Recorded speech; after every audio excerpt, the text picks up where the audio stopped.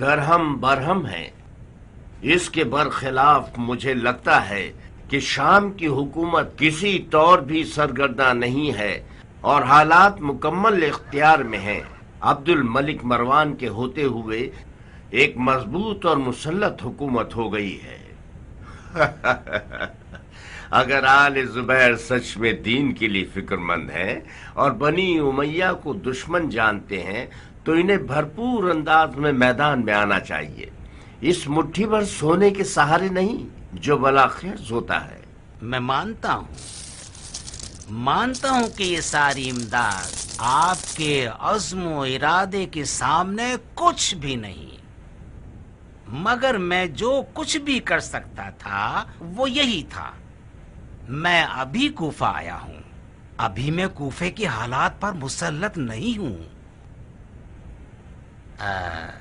اگر آپ جلدی نہ کریں اور کچھ عرصہ صبر کریں تو شاید میں ایک لشکر تیار کر کے آپ کے ہمراہ روانہ کر سکوں. کب تک صبر کریں بندہ خدا؟ شامیوں نے عین الوردہ کے قریب پڑاؤ ڈال دیا ہے. صبر کریں تاکہ وہ کوفے کا محاصرہ کر لیں. مجھے پتا نہیں، جیسا آپ کو مناسب لگے وہی کیجیے. توابین اپنے شرعی وظیفے پر عمل کریں گے. مجھے نہیں معلوم آپ کے دماغ میں کیا چل رہا ہے، مگر بہتر ہوگا کہ آپ یہ جان لیجئے کہ شیعوں نے عراق میں بہت سنگین تاوان دیے ہیں. جس حکومت نے بھی عراق میں شیعوں سے دشمنی کی وہ فنا ہو جائے گی، چاہے وہ زبیری ہو چاہے مروانی. ان سکوں کو بھی لے جائیے اور ضرورت مندوں پر خرچ کیجیے. علی کے بعد بہت سے غریب اور ضرورت مند لوگ بھوکے رہ گئے ہیں.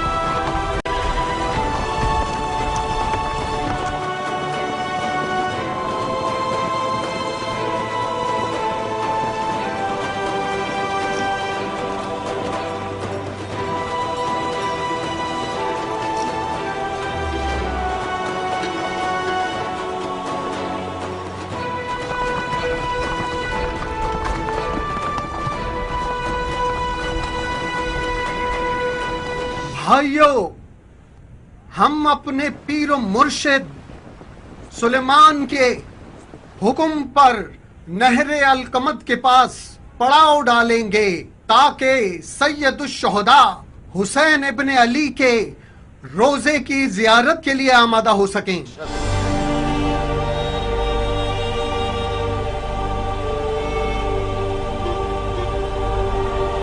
اے تواب بھائیو، میں اپنی تلوار کا نیام توڑ رہا ہوں تاکہ آج کے بعد یہ نیام میں نہ جائے. میں اپنے سر کے بال تراشوں گا جو کہ ایک مجاہد کی پہلی نشانی ہے.